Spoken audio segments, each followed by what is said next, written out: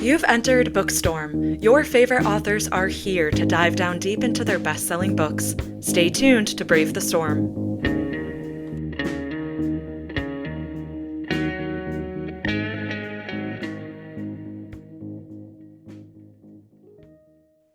Welcome back to Bookstorm Podcast, listeners. I'm Kristen Civiletto, your host, and we're so excited you're joining us from 105 countries and territories all over the world and all 50 states. And we know why. It's because we're bringing you the very best authors out there today. And today is no exception. We're super excited about New York Times bestselling author Alma Katsu. Welcome, Alma.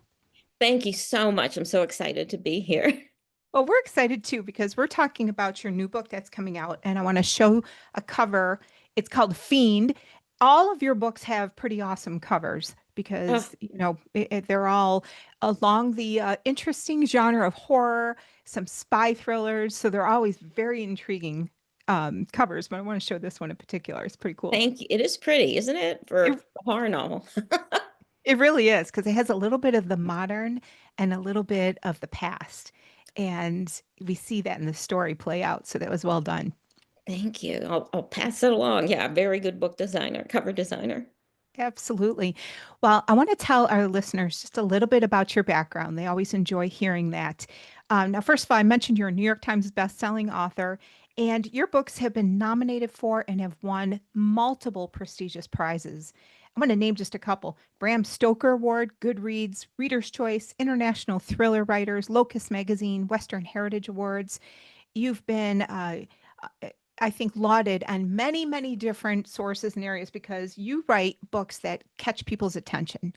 And Oh, thank you. you really do. They're very entertaining. In fact, one of your books, The Hunger, was a reimagining of the story of the Donner Party.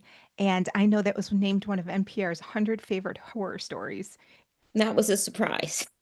That's pretty neat. Well, that's a good kind of surprise. It writes in 17 languages, and a lot of people regard it as a new classic in horror, which is awesome. It's exactly what we want to see. It's really an honor. I mean, when you think that 17 other or 16 other languages, other countries found this very specific piece of American history that interesting, it really, yes, blew my mind. Well, it speaks to the human condition. And, so no matter where you're located, you're thinking about some of the themes and topics you explore in that story. That that's true. That's true. Now, you also contribute to the Washington Post Book World, where you review thrillers. And I love that you also have 30 years of experience as an intelligence professional with CIA and NSA. And we can see, first of all, where an attention to detail creeps into your stories. But, Oh, it, but it's neat because it also allows you to draw on a lot of experience, a breadth of experience. that's probably the one thing that folks who only know me for writing these, horror novels and are so surprised when they find out I work in intelligence. But also the opposite is true. When people who only know me from the spy novels or knew me when I was working for the government, they're just completely flabbergasted when they find out I write horror novels. So it is a funny mix that somehow goes together. And I do think the analytic training and background really lends itself to writing novels. You do have to be very detail oriented, especially with those historicals. Absolutely. Well, and it's kind of neat too because you've got both sides. You have a fertile imagination, and then you have the detail to back it up. And again, your books are all entertaining, so I think that must be one of the reasons why. Now it sounds like you live in West Virginia with your husband and your two dogs. Is that true? It is true. I mean, we lived in the DC area for a long time, 40 years.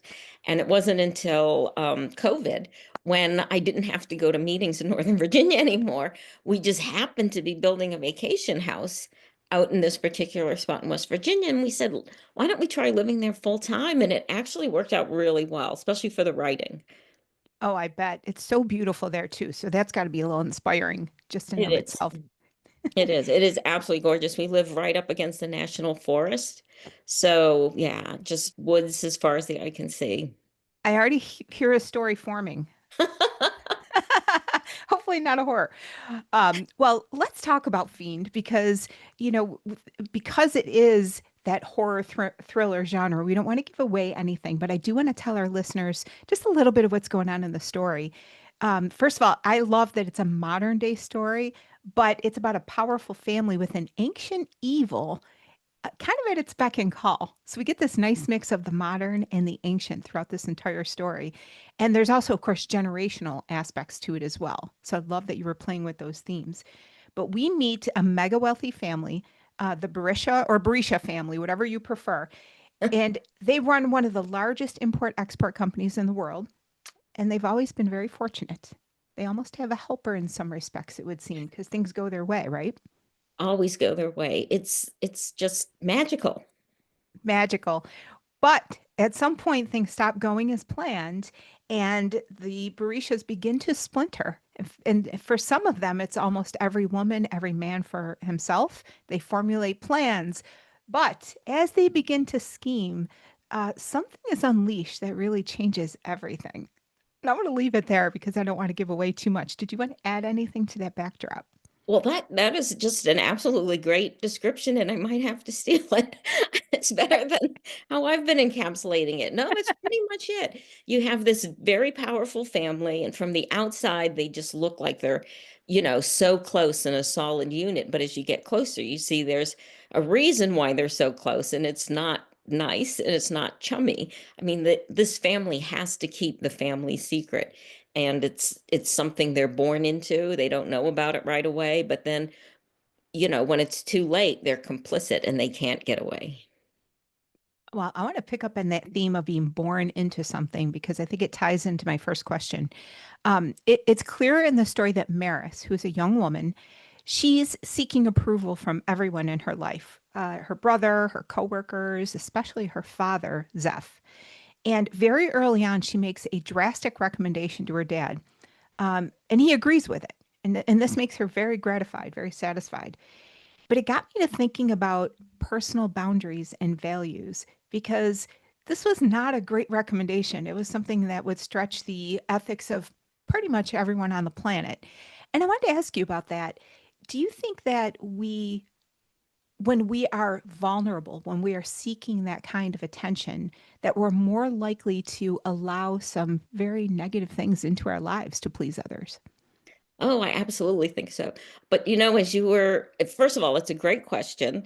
But it makes me think about, the life that I spent in intelligence, because whether it's you being asked to think of something or maybe do something that on the surface may seem unethical to you, it's for a greater good. Let's say you believe in the mission, you support the mission. And so it's hard to go against when everyone else around you is saying, this is a good thing. This is the way we should be. If you're a team player, you'll be like this. And that's what's going on in the story. Um, this is the way the family is. And by agreeing, they kind of make it okay to be like this. You're just pulled almost by a rope. You're going down that slippery slope. And in this family, you can't, buck the tide. Um, I definitely think, yeah, that's just sort of the way it works when you're in a crime family or, you're in an organization that maybe isn't the most ethical, the healthiest. That's how they further their goals. Yeah. Well, it's interesting too, because there's some things that might be in their blood, coming into this crime family, as you say.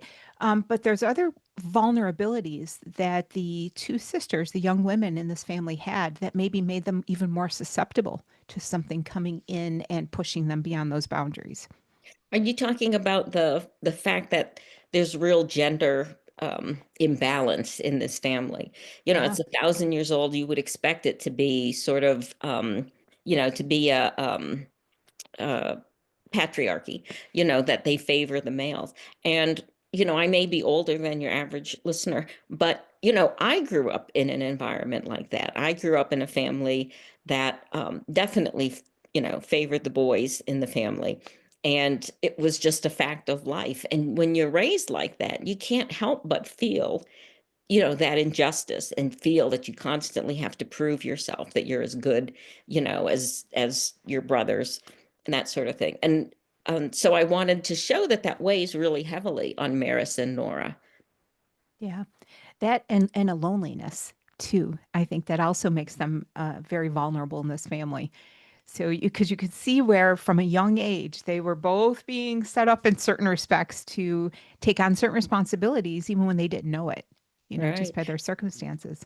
Really, to me, everyone in this family is lonely. I mean, they're all sort of pitted against each other in one Yeah. way or another. Yeah. Yeah. Now, I wanted to ask you, the children call their dad Zeph by his first name. And I thought that was interesting because it serves a couple purposes here, right? He almost has kind of a cult leader like quality in the family. He's a formidable presence, let's just put it that way. And it really also served to separate him emotionally from the rest of his family. Now, without giving away any spoilers, I wanted to see if you could comment on that because he seemed to deal with them very transactionally. In fact, at one point, he didn't even live with the rest of the family. Right. And there was a reason for that, and we can't get into it too much because it would be a spoiler. But Zeph is the kind of father, but also the kind of CEO that rules by fear. And I've certainly worked for men like that who, and it's kind of in the culture today too. You turn on the news and you see, congressmen standing outside in the rotunda, and they'll just get upset and get red-faced and try to intimidate people, right, into agreeing with them or going along with their thoughts, which Right. seems like a red flag that they know they're doing something wrong. But I call it angry daddy. A lot of guys have been sort of, I was raised by an angry father. He definitely had anger issues. So I'm used to seeing what it's like when you're in an abusive relationship, how they, they'll try to control you and what your natural reactions will be, especially if it's something that you've been around since childhood. So, yes, Zeph is very much transactional. He very much holds himself apart from the family. And as we mentioned, there's a reason for this, and you'll figure it out when you read the book. But it seemed to me natural that the kids would not call him daddy, that they wouldn't have this loving relationship, that they wouldn't see him as their protector. It's almost Mhm. adversarial. So, yeah, very sad, very sad. Yeah, it made all of their interactions strategic and calculating. Yeah. So very interesting. Well, I wanted to ask you, there's a quote from the youngest sibling, Nora, and she states her sister Maris isn't a bad person yet. I thought that was such an interesting line, but that she's got the potential to be. And I wanted to ask you about that a little bit because, oftentimes we look at society and we think, what is it that pushes people over the line into that gray area of immorality or unethical conduct? I was wondering if you could comment on that a little bit with these young women. Well, first of all, that's a great observation. I may be a little biased, I've sort of watched bad people closely, but from afar. As an intelligence analyst, sometimes you're really privileged to have insight into what powerful people are doing, always foreign nationals. I'll say that right here, not domestic. Um, and when they think no one's listening, when they think that no one can see them, that's when you really see how they really are. Yeah. The mask comes down. What pushes somebody into that moral gray area? And I'm going to confess, I really was interested in asking you in particular this question because of your background. Oh, So, okay. Well, that's true. I mean, from the intelligence perspective, there's a lot of pressure on you to always have your moral compass, always know where your moral compass is.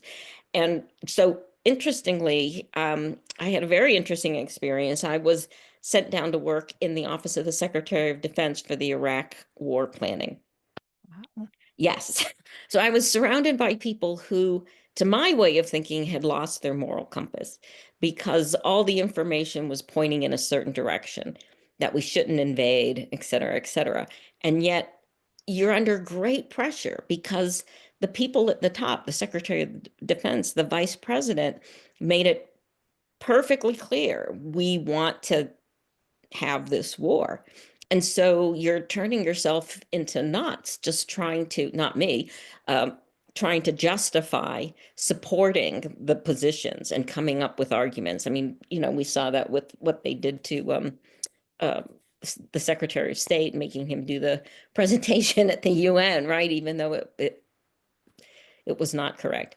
I think, especially if you're young and haven't been tested very much yet, it's easy to say, oh, well, maybe what I feel, how I feel isn't right. Maybe there's something to what the other people say. So it allows you to go along with something, even though you know it's probably unethical or immoral. And once you start doing that, it just gets easier and easier, I think. Yeah. Now, these girls and Darden are tested young. One of the things I really enjoyed about writing the book was adding in the parts that are almost like flashbacks, where we go back and we see them as children. Because I don't think anyone's born bad. I think it's something you learn to be, right? Again, maybe sort of justifying, you see the people around you justifying bad behavior, bad choices, and you fall into that too because you think that's normal. And that's sort of what happens here. But you see, Maris does start out, she's a very good girl. All she wants is to be a good daughter and, and make her dad love her and be proud of her. And sadly, that's the one thing she's never going to hear from is coming out of his lips, because that's just not the way he's programmed. On the other hand, we see Darden, who let it go to his head that he's a rich boy, so he's spoiled and he's a brat. And we see how they change over time. And the same thing with Nora. A little to a lesser extent with Nora, because she isn't given as much time on the page as the other two are, but I think we put her story together at the very end. Yeah. Well, it's interesting too, without giving anything away, we see one character wanting to be better, one saying that they want to be better, and one who's not really great. So, right. It was really interesting.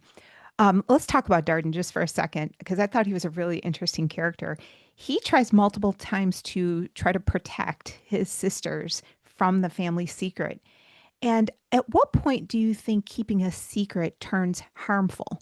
Because don't we all need more information? Don't we have a right to make decisions based on the facts? What do you think? I do think so.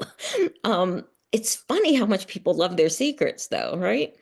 What makes Darden's position a little interesting is that there is this very big, important secret that you would think would be really hard to keep, but somehow this family has managed to keep it for 1,000 years. And that's because they keep the circle really tight. The people who are allowed to know really what's going on, there's only 3 at any given time. And so at least he takes his obligation to keep that secret. But you're right. You can ask yourself, did he have a moral obligation to tell his sisters? I mean, he was keeping the secret because that's what his parents wanted from him. I kind of teased the question, when he takes over as the head of the clan and it's his decision, would he change things? Would he do things differently? He wants to love his children that he doesn't have yet. Will he treat them differently than Zeph treated him? Yeah, it's very interesting too, because it also plays into the whole male female aspect in this family, where there's that idea of we need to protect the women in the family. Right. But you almost, see, I'm sorry. no, go right ahead. It's I was going to almost say, too but you much. see, they don't do a very good job of That's that. right. Oh, that's Even in the beginning, it's like in the chapters that look at the relationship between Maris and Darden when they were children. In the very first chapter, the mother says, when Maris complains that Darden told her a story that she thinks is a lie, and the mother says, well, he's just trying to protect you. That's his job. Well, he did a terrible job there protecting her, and he doesn't do any better later. So, yeah, there's a lot of paradoxes. I'm not exactly sure what to call it, and again, maybe it has something to do with my lifetime of intelligence, where you present one thing, but what's really going on is something. That's right. It's exactly right. And, to his credit, Darden was keeping a very large secret. I mean, this is not your average secret. Again, just like some of the secrets that you've got from your prior career. That would be even bigger, though. Darden's secret, I think, is That's a pretty interesting one. So All right. So I want to tell our listeners a little bit about how to get in touch with you because we have loved talking about this book with you. It is fantastic Oh, and thank you very so readable. I know that people are going to really enjoy it, especially coming into the fall. But you have a great website. They can find you at Alma Katsu Books, and I'll spell it ALMAKATSU books.com. And you're on Facebook, on Pinterest, on Instagram, on X. You have a Substack. And again, you have all those cool covers that you can see. And I am a big believer that you can judge a book by its cover. And so I read a lot of books. I was And going to say, you got the experience. but this one is really, really awesome. And it hints at so many things that are going on in between the pages that we really enjoyed, loved it. So thank you for coming on the show. Thank you so much. This has been so much fun. It really was. And, if I may ask, talk about secrets, do you have anything maybe that you can share with our listeners coming down the pipe for you? Well, one really nice thing is that the television rights have been optioned already for Fiend almost as soon as we finish the edits. Yeah, we're very, very lucky. And I have another TV show that's in production now. It's for Black Vault, which is a story I wrote a couple years ago, and it's on Amazon Original Stories. That is a spy story, but it's about UFOs. And yeah, very Wow. exciting, very exciting. Great producers. The producers of Breaking Bad and The Walking Dead are producing that show. Yeah. That is so cool. Good for you. I'm not going to even ask why you're lucky. We're going to go with all talent and nothing else. There's I'm so hinting to many something in the book. right. No, I don't have that. But it is luck. There's so many wonderful writers out there, so many great stories. You finish him and you think, oh, this should be a movie or this should be a TV show. And it's so hard. It is so hard to make it all the way to photography, as they say, once the cameras start rolling. So far I've been really blessed. Yeah. Well, I'm very excited for you, and we're going to be cheering you on. So thank you again. We'll just show this cover one more time because I just absolutely love it. We're going to see more of it, it sounds like, maybe on the TV. And do you think they'd keep the name? I don't know. Okay. You never know You how never those know. things go. No. Well, awesome. Well, again, thank you so much. And we're just so happy that you came on the show. Thank you. All right, listeners, we were talking with Alma Katsu about her book Fiend, and it's just in time for the spooky season. And it is great, very entertaining. And I'm so excited to hear that this is possibly going to be a TV show. That is awesome. Now, coming up, we've got J.A. Jance, the girl from Devil's Lake, Gareth Brown, The Society of Unknowable Objects, Mary Alice Monroe, Where the Rivers Merge, Daniel Silva, An Inside Job, Don Winslow, The Final Score, Lou Burney with Crooks, Joanne Harris, the prequel to Chocolat Vienne, and Isabella Maldonado and Jeffrey Deaver with The Grave Artist, Laura Griffin, Innocence Road. And we continue to grow every week. We're so thankful you're sharing our socials, you're tuning in. You know where to find us, BOOKSTORMPodcast.com, Instagram, X, YouTube. And we know why you're coming back again and again, because your favorite authors are here on Bookstorm Podcast.